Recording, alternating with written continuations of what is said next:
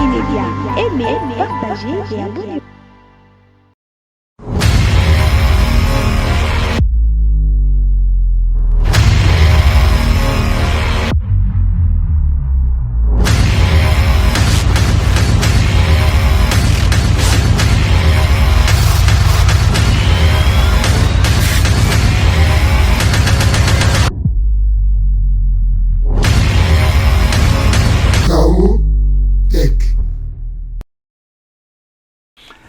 Bonjour, bonsoir, balan d'émission Chaotech est une émission moko spéciale où on appelle spécialement Makambo ya box. Alors Chaotech on voit comment on a tremblé, naza ko lenga parce que breaking news est kwele lingai na TNT Sport, Frank Warren Queensberry, Tarki Alarchi atindelinga message, Ring Magazine atindelinga message. Tout est comme ça, la émission spéciale pour notre combat samedi. Il y a Dibouana Parka, il y a Zile Zangna Kabayel, il y a Bertevi, Bivo, na Bertevi na Bivo. Mais quand tu as l'émission, tu as eu information que Dibois a malade. Moi, je suis samedi exacté. Mbala moko ta naza ko réaliser émission TNT Sport a tindelinga pour nazalaka affilié na ba promoteur nyonso ya box na ba télévision nyonso ya box TNT Sport a tindelinga Queensberry a Frank Warren a tindelinga Tarki Alarchi a tindelinga Ring Magazine a tindelinga bakole replacement remplaça ya Dibois po Dibois zobela. Alors epesinga nzoto malili parce que ezali ba chance pour na Martin Bakole, opportunité pour na Martin Bakole. Malgré cela a préparé penza combat na te mais balobaka na boxing il faut boxer, il faut toujours se préparer. Alors nakoyamba des analystes ya boxe Papa Juma Amini Lubasa na Scotland et puis nakozwa champion Mohamed Ngambe tokozana duplex biso misatu to débattre breaking news oyo situation makol ya bakole ekosuka ndenge nini samedi nasi bozomona nazoloba na show nyonso Chaotech aleleza show Chaotech ah Martin Bakole. Sans plus tarder, émission Chaotech sera toujours présentée nanga moko mission noka aspect spirituel bopeto nanzoto pe na molimo o ezali breaking news pour émission et quoi kaka message quoi kaka sikoyo yango nako bebisa malobate tolanda ba analyste na biso mibale na nzela yasinga. OK, merci toza en direct na Papa Juma Amisi Lubasa toza pe na champion Mohamed Ngambe na Londres. Papa Juma Lubasa na Scotland na Glasgow. Bonjour Mohamed Ngambe, mbote epai na yo. Vraiment bonsoir et bonjour à Michel Noka. Plus la personne Papa Juma Scotland, Papa Juma Scotland. Moi ezali malon minko yamba na émission na biso. Merci. Papa Juma, bonsoir pe bonjour. Tote kozano kalate kosala analyse sur Dibois Parka. Mais urgence mo ekwei o babengaka breaking news ekwei na pokwa lelo bakole aza replacement ya Dibois. Mbote nanu Papa Juma Amis Lubasa depuis Scotland.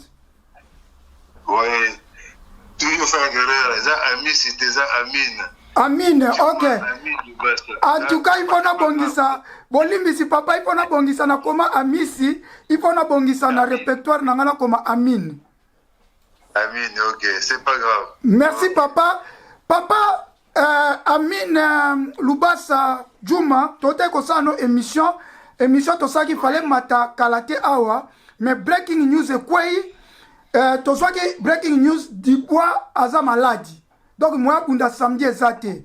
Mais na répertoire na ngane information et quoi linga na TNT Sport que basali pena affiche mbala moko bakole azali replacement ya Dibois. Toko banana na Papa Juma Amisi et Amini Lubasa po aza quand même mukolo to mekana kozwa information o zwango ndenge nini ya Dibois Abeli replacement Bakole. Oui, nakanisi tolobaki liboso que aza la chance mingité Martin Bakole et pourtant aza na ba donné. Ils na ba heavyweight mingi baki maraye parce que yemo ebe na oitambola comme ba news. Après ça même Joshua, même Yusik Alexander l'Ukrainien. Bambaye n'a pas un partenaire. Donc, pour dire que ils ont la diversion à heavyweight Baki Maraye. Donc, le baki que il faut au moins nani promoteur naïe Salim. Ben Shalom, Ben Shalom. Ben Shalom plutôt à Tchambongo, la messe pour appeler ça occasion à au moins titre mondial. Dieu merci, en français, quelquefois malheur est bon. Oui. Malheur, oh, il salue que Martin Azwa et Sika, je crois que c'est une occasion pour aller à s'exprimer. Maintenant, la regretter, c'est-à-dire que, oui, puis ce qu'on a un combat, oui. Vous avez un boxeur, oui, puis ce qu'on a préparé comme moi, et puis qu'on a un combat samedi prochain. Oui. Dans un mois. Préparation aux Aranés Moussous. Ouais. Bon, ce qui va dire, peut-être bon. Brusquement. Brusquement. Tout ça, l'entraînement, au salle footing, au petit sac, au kimimba. Donc, et ça, c'est pas pareil.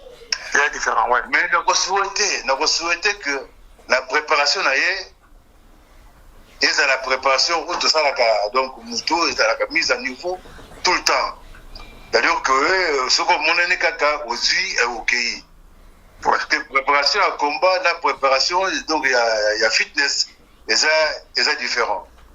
Donc on a souhaité que, c'est vrai, c'est une chance pour Naïe, mais si jamais appoli, si jamais appoli, on a souhaité appoli, si jamais appoli, la bise bateau sur la boxe de Yébi que, Batié, la replacement, la dernière minute, c'est des choses qui peuvent arriver. Attends, on m'a cassé. Mais ce que je dis, risque, parce que dans le Baraki, c'est zaté. Ici, il y a combat, il y a bitumba. Et ça, c'est un sport. Quand Mohamed Ali Azaroloba, champion are made in the gym. Vous êtes la champion, vous êtes la gym. Si vous êtes la gym, vous êtes champion. Donc, champion, vous êtes la gym. Tout souhaiter que Aza en forme et que Rosala Makamunaye Oyo Amesala Rosala. Voilà du qu'on a rolo bayangwa. Okoki koloba ngwana champion Mohamed Engambe koyoka nouvelle au breaking news que Dibois Abeli maladi toti ko sa no pe mission kaka kalate fale mata o ezali breaking news Dibois Abeli maladi Bakole replacement TNT Sport a confirmé ngo Bakole basali pena affiche Bakole Dibois na Arabie Saoudite pour une nouvelle oya breaking news aux yeux ngondengeni. Vraiment en tout cas nouvelle tant que je crois ils allaient vraiment essayer pour na côté na biso pour na Martin à Bakole. On battait to banai cause la mingi temps à cause ba opportunité à boy. Mais bien grand à l'occasion de rien, ba moko espèce opportunité ça là. Ce qui est exactement ce qui allaient confirmer en tout cas là en tout cas c'est bon. C'est confirmé. Et ça confirmé parce que TNT Sport nazara direct na bango ba organisation nyonso sport nazara na bango na registre na bango tangu kaka nazo ko monter na moni message elinga TNT Sport a komelinga ke Bakole replacement ya Daniel Dibois mais avant wana na papa Djouma a tozwa ki information déjà avant que Dibois aza malade toyeba ki te soki akozala remplacer. Question na retourna boye sikoyo. Replacement oyo tozane sengo parce que Bakole bakimaki ezali visibilité na ye.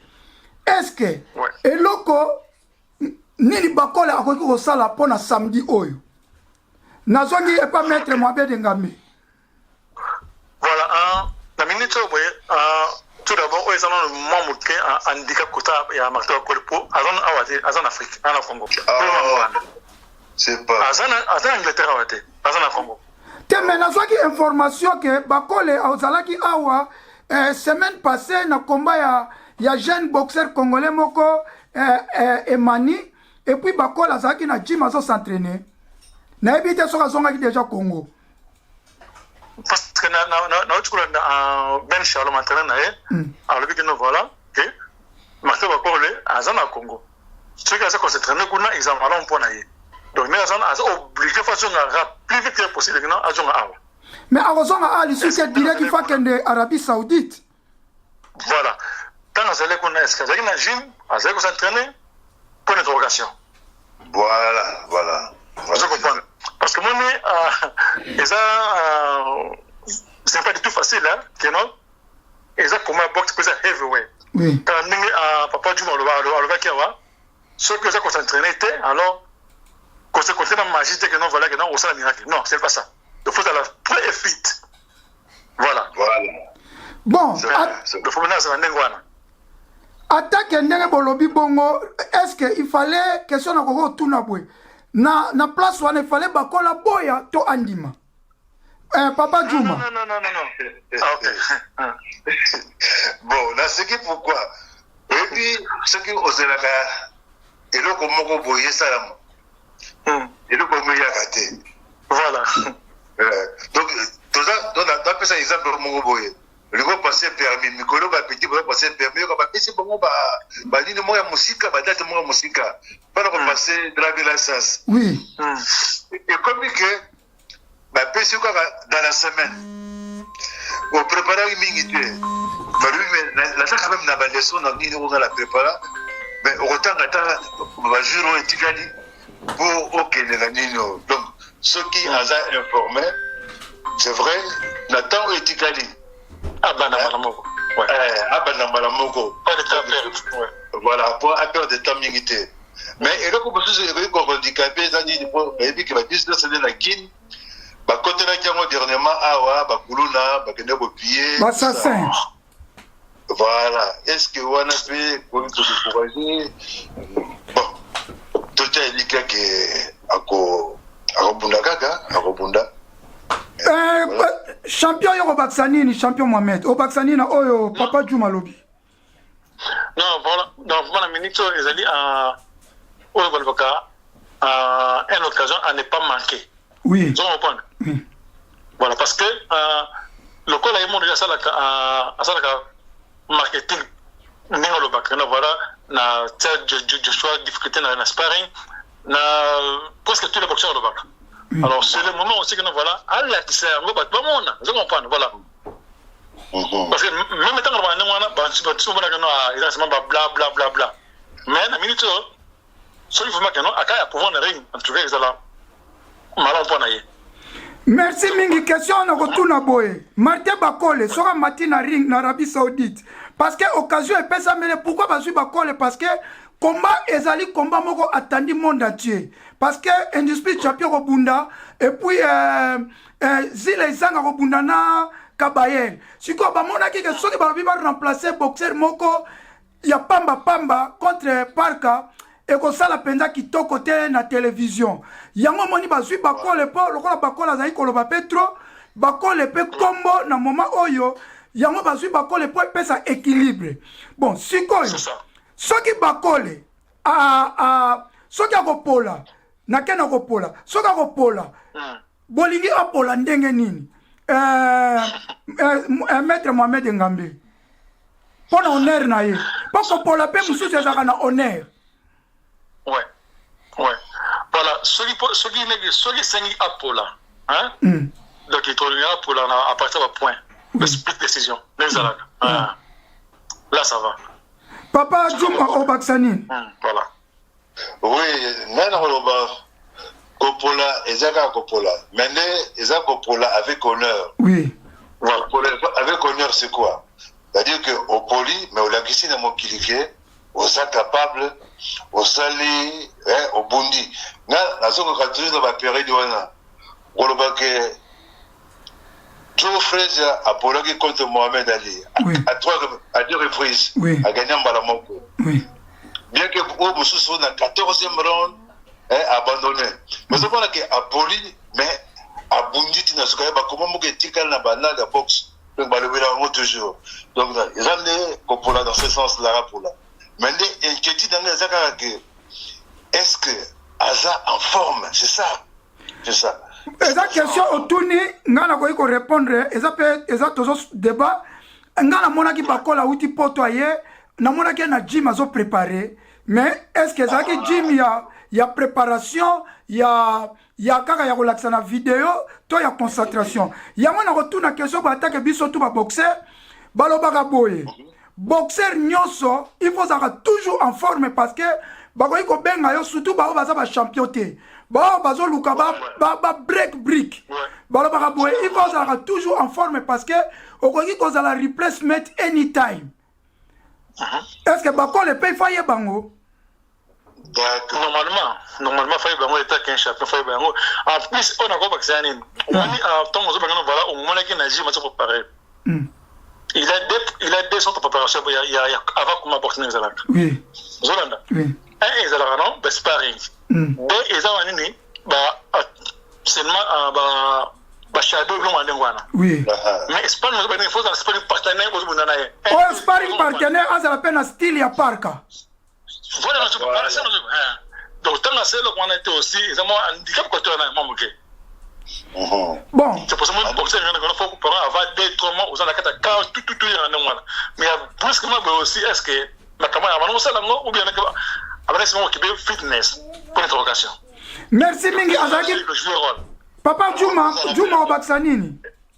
Oui, la qualité, excusez-moi, la sengi parole. Oui. C'est vrai, Bazouye a bien levé dans la dernière minute. Oui. Mais à cause qu'on a la chance. Oui. Et puis, boxeur Ruiz américain. Andy Ruiz, oh là là là là là là là là là là. Andy Ruiz, parce qu'il y a replacement à Joshua. En tout cas, soulever le capitaine au papa Loba. Ouais, parce qu'il y a replacement. Anthony Joshua a dalaki sûr et certain que moi, boxeur Mo Karaboye, a préparé. Or, bien que Azalaki. La liste était, mais à chaque fois préparé, normalement, les bateaux passent à la carte. Voilà, à comme champion du monde. Donc, comme champion du monde, Kaka, la replacement. Donc, pour souhaiter que, il y a un décollage sur Martin Bakole, c'est maintenant, Ezala, comment je dirais, et là, comme on y a madame. Donc, et tombola et l'écolo, voilà. Voilà, et tombola et l'écolo. Donc, le souhaiter que, dès qu'il y a une nouvelle, on a vu que qui n'est pas Mboka Bambiance, Makambebele, que tant qu'il y a déjà les Camboyo, ce qu'il y a Kin, ben, ça a caté que Makamona n'y a surtout. Makamotu, ouais, donc. Ouais. Merci Mingi, Nangina Tuna, Narotuna, champion, on va Baxeloko, Mohamed. Non, quelqu'un n'est pas du tout. Donc, dès qu'il y a un message, donc, ça obligé donc. Donc, il a un certain miracle, donc voilà. Oui. Il a comme un coton, donc il a tika voilà. Ouais. Pour la chance, il y a c'est ça. Et puis, si jamais à Longiamo, je crois qu'à Robert a coûté la peine à du bois. Tu sais que là, les Ghanais, il y a pardon. Tiens, straight away, à coûter à du bois. Sans du bois, big straight away, à coûter à du bois. Wana webi kana moma ona ko iko baksa boy elingi ko laksa ke soki bakola gagner ba kal nyoso o ba tela kaye na vie ekwei donc ezane di chance na ya vie que nzamba eko fungola makambu pona ye soka gagner surtout si oui toujours ba champion du monde hein, Congo comme tel Zaïre ba champion du monde comme ba Djoki Pwani na ba catégorie AC toujours Belgica, Sumbu, Belgica, Sumbu na Italie.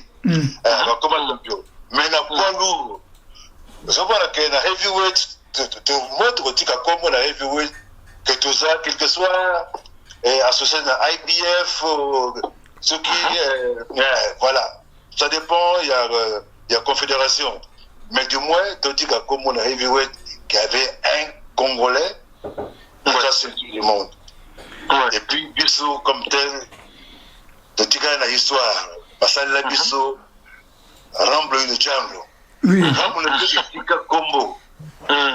Tika combo et ça n'a besoin de makila. Donc, faut l'accepter que Tozali pays il y a bitumba.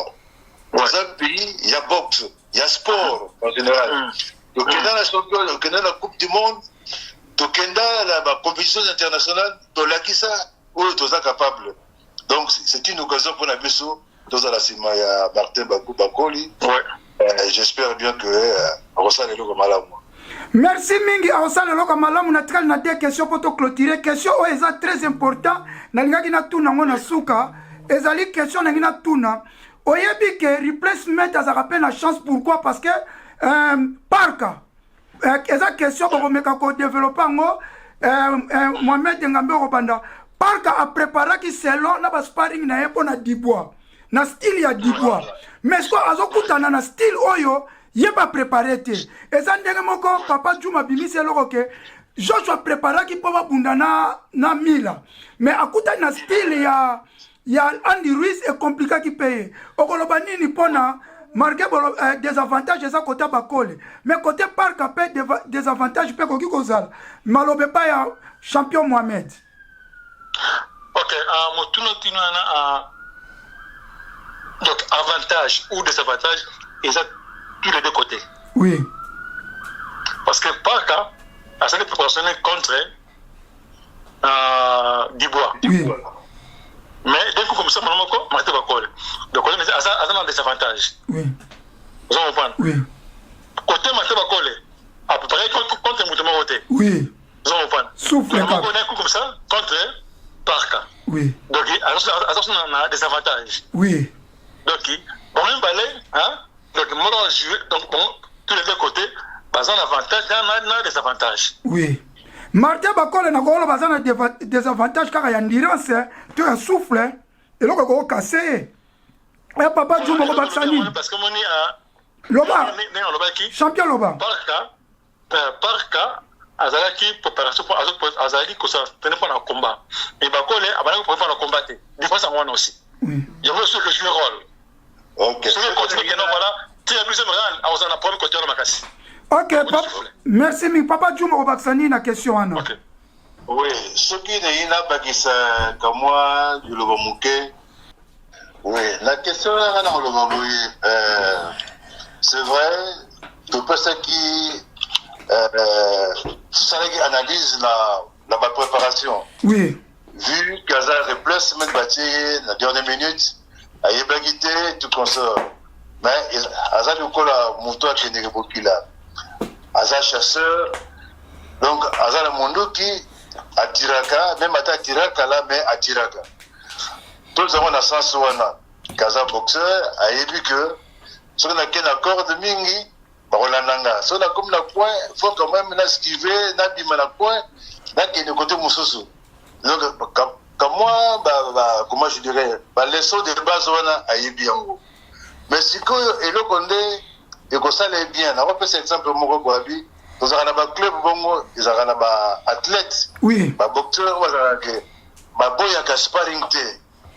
Ça va vérifier que bon, les lots ça la sparring na mutu boye, ok. Les lots ça la sparring na mutu boye, ok. Ça gère à beaucoup. oui. La seule assistance, l'entraînement à Erdry. Et puis, à ça, la moto, il y a Erdry, oui. Non loin, il y a Scott, il n'y a pas la mission à Glasgow. Oui, Naïbi. Erdry. Oui. Voilà. Donc, à ça, là, l'entraînement, là, ma boxeur est belé. Et puis, pour notre information aussi, à ça, là, sparring partenaire, na Fury. Oui. Sparring partenaire, na Joshua. Na boxeur na Dibois, na Uzik, donc presque ba heavyweight union soit ça na bango. Na ba Joe Joyce. Il y a ba champion, il y a plupart, il y a ba champion. Ben il y a ba na ba rank on a les 10 premiers. Il y a heavyweight.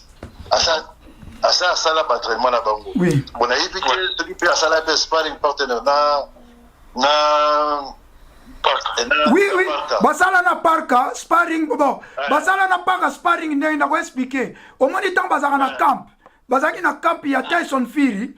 Na camp ya Tyson Fury, boye ko boye parka zali parka zali bakole bazali bozo kosala na Tyson Fury mais er moko pe parka pe bino na bino pe bokosala ezaka bongo na si yoza entraîneur oyebi basala pe na parka mais na kaya ya Tyson Fury.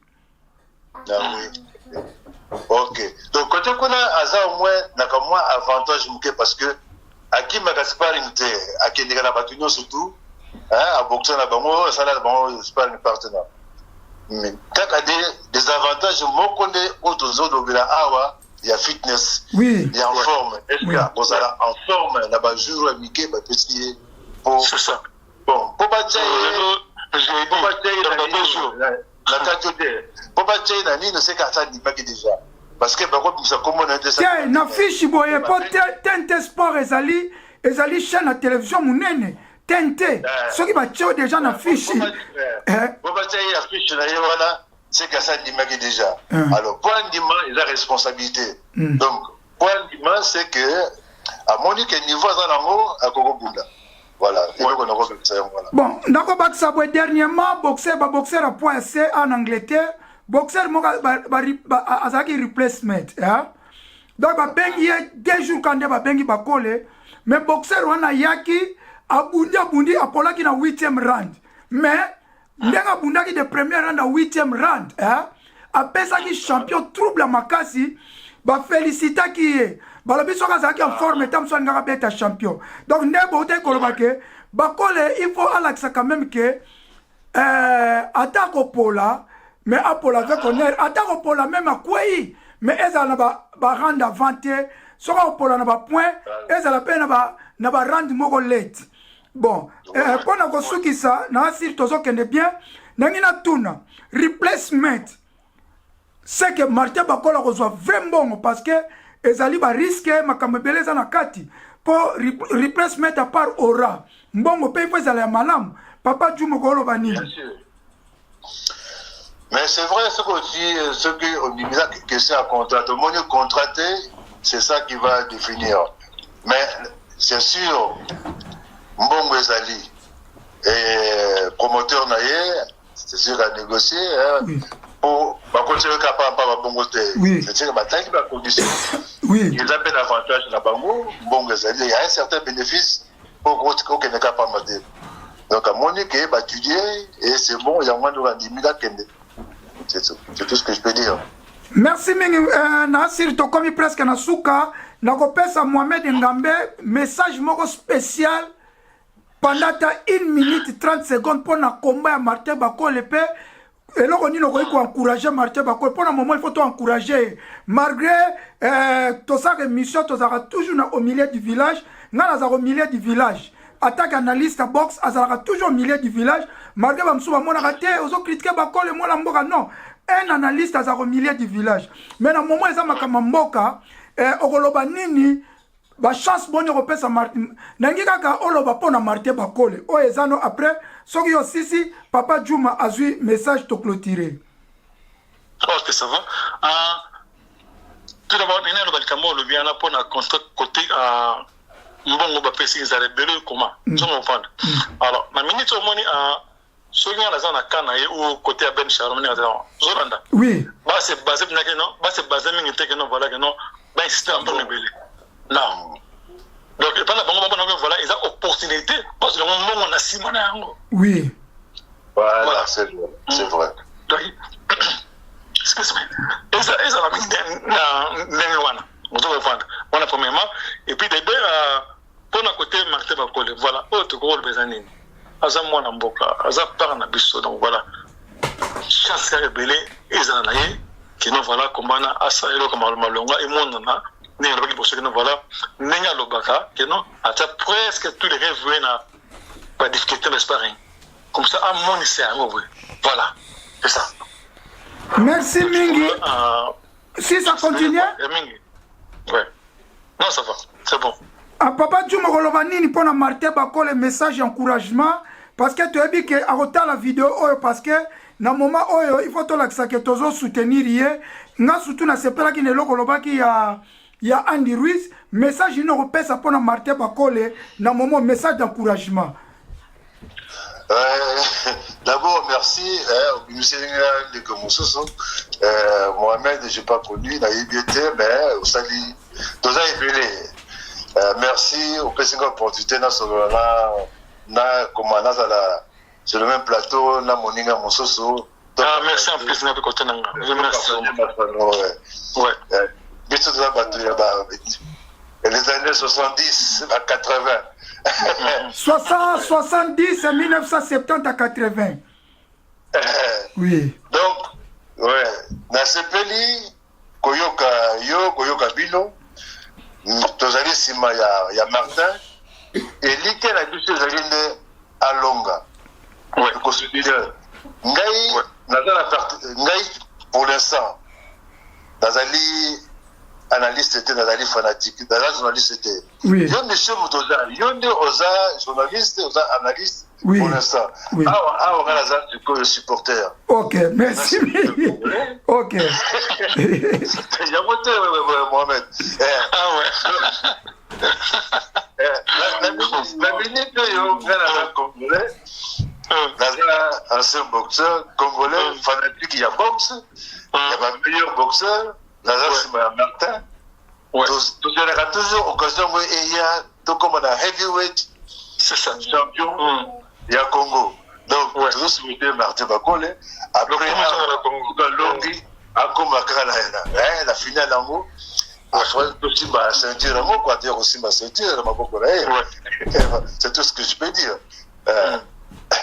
Merci Mingi. En tout cas, ça a été plaisir. Il y a Kosololana, Maître Mohamed Engambe na London, na Woolwich. Et puis, Papa Nabiso, Juma Amini, Lubasa, na Glasgow, na Scotland. En tout cas, ça a été une mission breaking news spéciale. En tout cas, naza penza ko sepela ko partager na bino na moment o nzambe apambola bino. En tout cas, nayebi ke tokozonga lisusu awa dimanche. En tout cas, please après combat, ezala Martin ko gagner, ezala ko pola. Tozonga lisusu, tomeka ko partager ndenge ni combat eleki e ko sala kitoko mingi. Merci mingi nzambe apambola bino o mabota mabino, bye bye. Merci beaucoup. Ouais. En tout cas, ce moment c'est repartagé dans la vidéo. Et nous avons un numéro d'ailleurs. Ah, nous avons un numéro Mohamed, Maître Mohamed. Nous avons un numéro à Papa Juma. Et nous allons bientôt partager un numéro. Mais dimanche, nous allons déjà avoir pour. Oui, nous comprenons que nous sentir la chair de poule moko, koyoka news oyo. Nous avons neti et l'engisinga na éviter pourquoi na tremblé boy pour la news oyo. Non, ils ont maman une opportunité pour la marquer par col.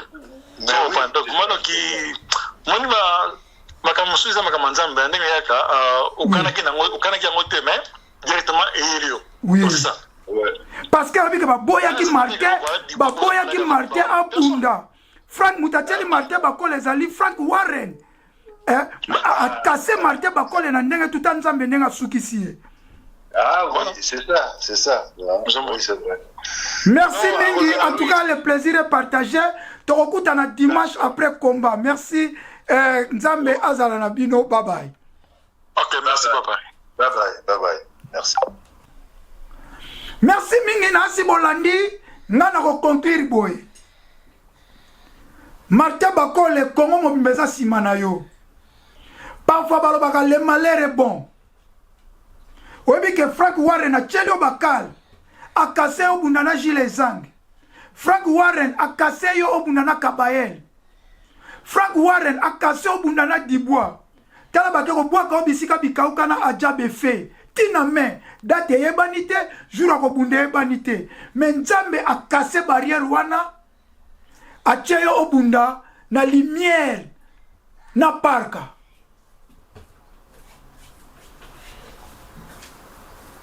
Martin Bakole, tu as dit que replacement au préparé. Mais un boxeur il faut se préparer chaque jour. Il y a un exemple quand moi comme Martin Bakole, Zala na esprit à Andy Ruiz. Andy Ruiz le Mexicain. Oh, il a comme un champion du monde, a commis ça un Mexicain premier poids lourd comme premier Mexicain comme un champion du monde il y a poids lourd. Andy Ruiz. Azala un replacement. Il fallait Anthony Joshua babunda na Mila bazwaka na drogue ase drogaka yango wana babani ye pendant 5 ans kokai ko bunda te bazwa Andy Ruiz 2 jours ya combat. Andy Ruiz a beta Joshua akoma champion du monde. Joshua a complication parce que a préparé déjà contre Mila. Alors on a vu que Parka a besoin complication pour a préparer contre Dubois. Alors il faut que Nazan et Sengo bakole. Nazo kende Arabie Saoudite. Malgré normalement ce qui n'a pas avant, il fallait nazwa passe. Pour ngai ba Chris Berry, ba Frank Warren batinde la nga passe. Attaque journaliste mais passe wana ba tindeli au remplir. Ngalo kwa na baki na kokenda Arabie Saoudite te. Na moment oyo nazo kende Arabie Saoudite samedi. Nakoza na Arabie Saoudite mais regret kaka na éviter soki na kokota na kozwa ticket parce que combat est sold out. Pona que nous soutenir yo bakole. Na sala analyse selon analyse ya box na za netre. Batu muso ba na za contre bakole non. Lelo oyo lokola za makambu ya mboka. Oyo tolingaki bakola koma na niveau wana. Bakole pesa et trouble. La kisa ki mobali na yo azo ba frappe. Ya foreman. O ngala ko ikolo ba ngwa mishonoka. Aspect spirituel. Bo peto na nzoto pe na molimo. As TV Media mobimba toza sima na yo. Kongo mobimba toza sima na yo samedi oyo. To souffrir na ba pasi ya guerre. Kasi markote bakole pesa biso esengo. Naza siro ko gagner combat wana. Parka akolala KO pronostic nanga KO. Alors, ezape box côté analyste, soka to poli opola noner na ba point. Mais ngana ebike okobeta Parka KO. Parka is going to sleep. Parka is going to sleep. Parka is going to sleep. Nalobi en anglais 3 fois. Parka akolala. Parka akolala. Parka akolala. Vive le Congo démocratique. Vive la RDC. Martin Bakole boumye, boumye, boumye. Martin Bakole boumye. Nebaima Ali boumye. Bakole boumye. Parce que si on gagne Parka, on va Daniel Dubois straight away. Forget about Bossana Makambuya, Adjaba Efe. Pona lelo, bomoni na sana show, nana bino, tosuki awa. Nazotia la bino 2 émissions à box. Ouais, ça breaking news ya bakole, nazotia pe émission à box, ya analyse, ya combat ya Bertevi, nazotia pe ya Bertevi, ya Kabayel, na Zilezan, na ndenge to salaki liboso, ya liboso boza so kozwa 2 émissions balamoko ezaki wabino mishonoka aspect spirituel bopeto na nzoto pe na molimo KO Tech bye bye.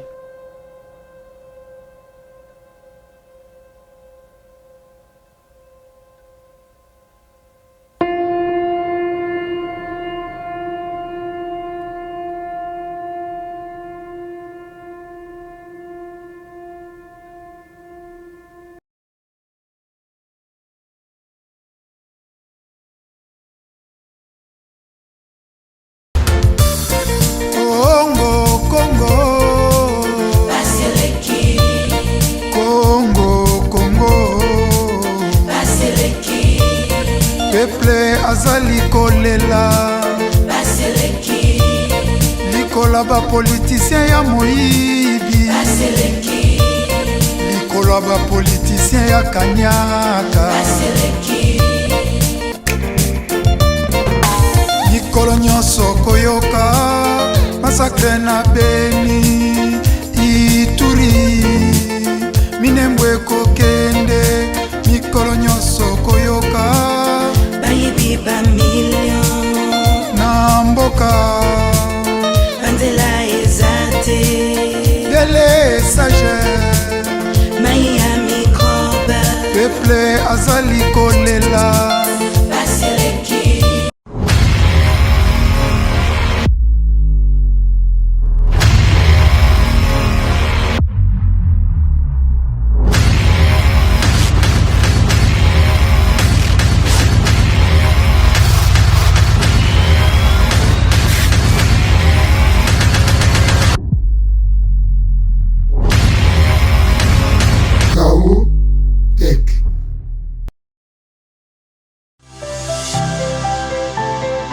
TV Média.